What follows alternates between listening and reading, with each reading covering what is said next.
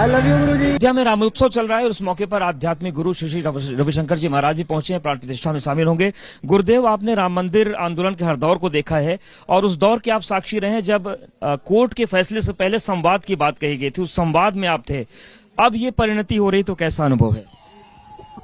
जिस घड़ी के लिए पूरा देश इंतजार कर रहा था, करीब 500 साल से, वो घड़ी अभी आया है। इतना उत्सव है, उत्साह है पूरे जनता में, देश राममय हो गया है, इतनी भक्ति की लहर उठी है।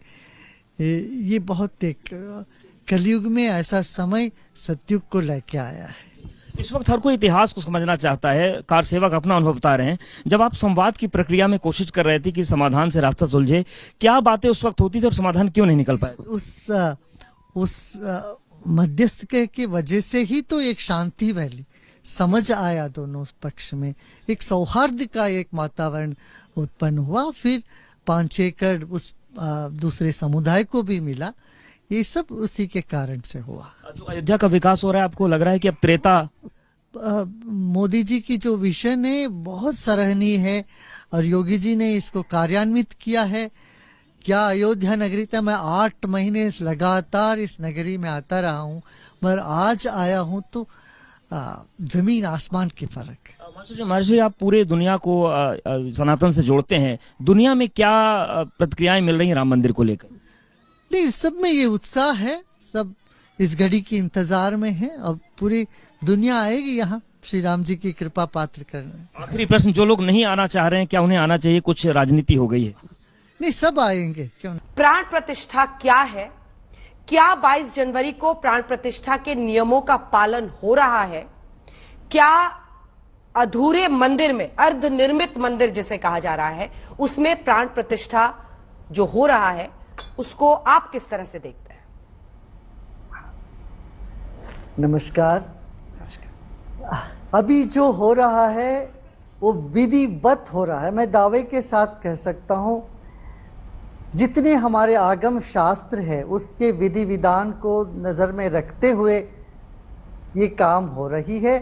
और देखिए, प्राण प्रतिष्ठा अपने में एक बहुत अनूठी, एक अद्भुत काम है। हमारे पूर्वजों ने इसको संजोया है। रामलला की जो प्राण प्रतिष्ठा है, इसकी विधि विधान को जरा देखें। ये कैसा होता है? एक तो पहले यजमान अपना आत्म शुद्धि करता है, अहम का शुद्धि करता है, चित्त शुद्धि, मन शुद्धि, सब करने के बाद फिर भूत शुद्धि होती है, मिट्टी की शुद्धि होती है। फिर विग्रह, जो विग्रह है उसको जलादिवास करते करते हैं, एक पानी में रखते हैं। पहले तो मूर्ति बनने की जो एक बड़ी शास्त्र है, विज्ञान है। सब शिला से मूर्ति नहीं बनती, वो निर्दिष्ट शिला को चुन के उसमें वो देखते क्या क्या लक्षण होना चाहिए, वो लक्षण हो तभी उस मूर्ति को आराध्य माना जाता है। तो शिला की भी एक बहुत गहरी विद्या है। तो मैं बहुत प्रसन्न हूं ताकि जो शिल्पी जो कर रहे हैं वो इस विद्या में निपुण है, पारंगत है। और इस मूर्ति को फिर जलादिवास, फिर धान्यादिवास, जहां जहां से जीव उत्पन्न होता है, जहां जहां प्राण का प्राकट्य होता है, वो सब प्रक्रिया इसमें होती है। पहले तो जल में प्राण होता है, जल में मूर्ति को रखा जाता है, फिर धान्यों के बीच में रखा जाता है, फिर उसके बाद अंकुरार्पण, अंकुर आते हैं, फिर जड़ी बूटी जिसमें जीव होता है, प्राण शक्ति होती है, उसको इसके ऊपर रखा जाता है। फिर जनताओं के बीच में उसको लेके आते हैं उस मूर्ति को। फिर सूर्य से उसमें किरणों को लाके स्थापित करते हैं, सूर्य की किरण पर उसको करते हैं प्राण प्रतिष्ठा। और यजमान अपने में, अपने चेतना में राम को ध्यान करते हुए वो इष्ट देव को स्थापित करके फिर उस अपने कुंभक और प्राणायाम के जरिए, पूरक और कुंभक के द्वारा उसको उसमें स्थापित करते हैं। ये विधि विधान जो है चौंकाने वाली है और इतना वैज्ञानिक दिखता है। एक एक इसकी जो संस्कार है, 18 संस्कार करते हैं, हर संस्कार अपने में एक अद्भुत है।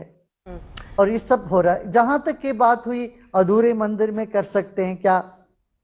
बिल्कुल कर सकते हैं। जैसे श्री राम जी ने शिवलिंग की स्थापना करी, महादेव की प्राण प्रतिष्ठा करी रामेश्वरम में, वहां कोई मंदिर बना के थोड़ी ना किया था। पहले शिवलिंग की स्थापना करी, प्राण प्रतिष्ठा करी, उसके बाद मंदिर बना वहां। श्री राम जी ने ऐसा किया।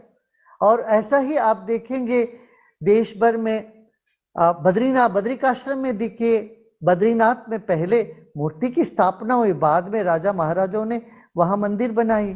केदारनाथ का भी यही बात है। देश भर में कई मंदिरों में आपको ये मिसाल मिलेगा। सोमनाथ में भी पहले शिवलिंग की प्राण प्रतिष्ठा हो गई, उसके बाद भव्य मंदिर का निर्माण हुआ। जब गर्भगृह और पीठ जहां पर भगवान विराजमान होते हैं वो तैयार हो जाने पर मंदिर की प्रतिष्ठा हो सकती है। बाद में मंदिर तो बनते रहेंगे। और इस बात कर रहे हैं, बिल्कुल सही कर रहे हैं।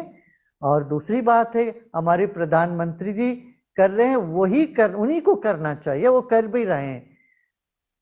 ये ऐसा नहीं है कहीं जाके रिबन काट दिया, कोई जोत जला दिया, पर हमारे प्रधानमंत्री व्रत करके निष्ठा के साथ अनुष्ठान करते हुए, और उन्होंने ये भी कहा जब प्राण प्रतिष्ठा करेंगे देश के 140 करोड़ देशवासियों को अपनी चेतना में रखते हुए, अपने मन में रखते हुए प्राण प्रतिष्ठा करेंगे। इससे और भव्य क्या चीज हो सकती है, बताओ आप।